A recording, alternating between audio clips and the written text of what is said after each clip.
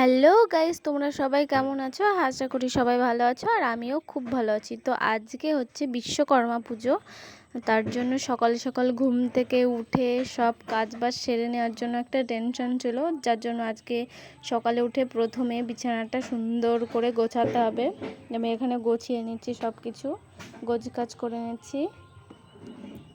তো আজকে অনেক কাজ করার আছে, বিশ্বকর্মা পুজো বলে কথা, সব কিছু ধুতে হবে, অনেক কাজ আছে।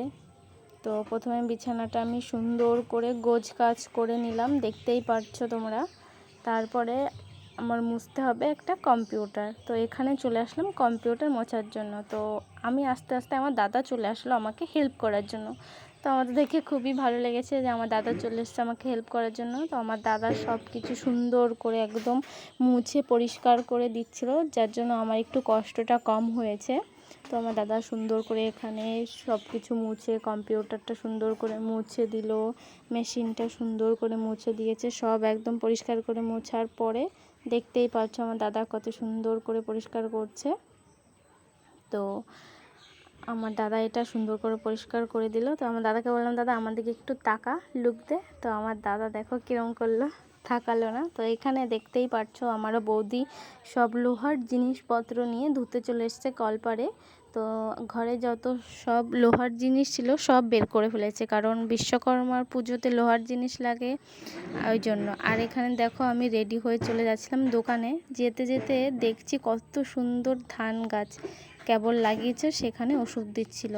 তো দেখো রাস্তার কত সুন্দর পরিবেশ, আকাশটা খুব সুন্দর লাগছিল। তো এখানে দেখলাম আমাদের এখানে বিশ্বকর্মা পুজো হয়। তো যেতে যেতে দেখলাম যে মেলা বসেছে, এখানে দোকানপাটও বসেছে, এখনও কিছুই মানে দোকান খোলেনি, এখানে প্যান্ডেল হচ্ছে মেলা করার জন্য। আর ওই মণ্ডপটা দেখতে পাচ্ছ, ওটা হচ্ছে বিশ্বকর্মা ঠাকুরের মণ্ডপ, ওখানে হচ্ছে পুজো হয়। জয় বাবা বিশ্বকর্মা। তো প্রথমেই দেখে ঠাকুরকে আগে প্রণাম করে নিলাম। তো এখানে হচ্ছে ঠাকুরের পুজো হবে আজকে সন্ধ্যাবেলায়। তো তারপরে আমি চলে গেলাম মিষ্টির দোকানে মিষ্টি কিনতে। তো এখান থেকে আমি মিষ্টি কিনে নিয়ে আসলাম। আস্তে আস্তে দেখলাম দুব্ব হয়েছে, কারণ পুজো করতে গেলে তো দুব্ব লাগবেই, ওই কারণে আমি প্রথমে কটা দুব্ব তুলে নিলাম। দুব্ব তুলে নিয়ে এসেছি বাড়িতে, তো কারণ পুজো করতে দুব্ব লাগবে। দুব্ব, ফুল, বেলপাতা সব কিছু গুছিয়ে নিয়ে আসার পরে তারপরে বাড়ি এসে সব কিছু মিষ্টি, দুব্ব, ফল, ধূপকাঠি, প্রদীপ সব গুছিয়ে নিয়ে আমি চলে এসেছি পুজো করতে। তো এখানে প্রথমে আমি সিঁদুরটা গুলিয়ে নিয়েছি একটা কৌটোর মধ্যে।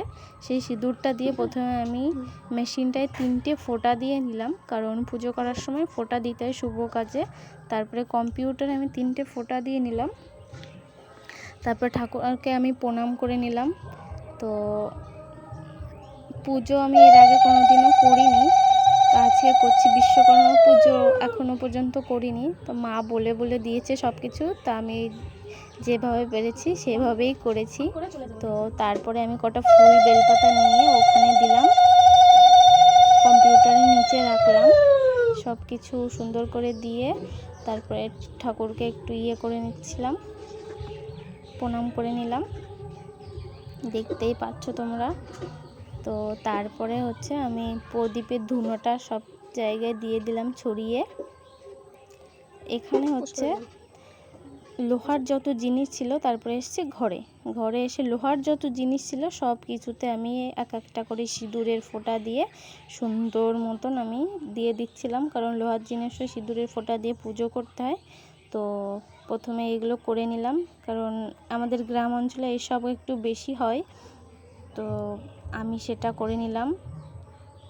তারপর ঠাকুরকে ফুলপাতা দিয়ে পুজো করে নিলাম। তো তোমাদের ভিডিওটা কেমন লাগলো অবশ্যই আমাকে কমেন্টে জানিও বন্ধুরা।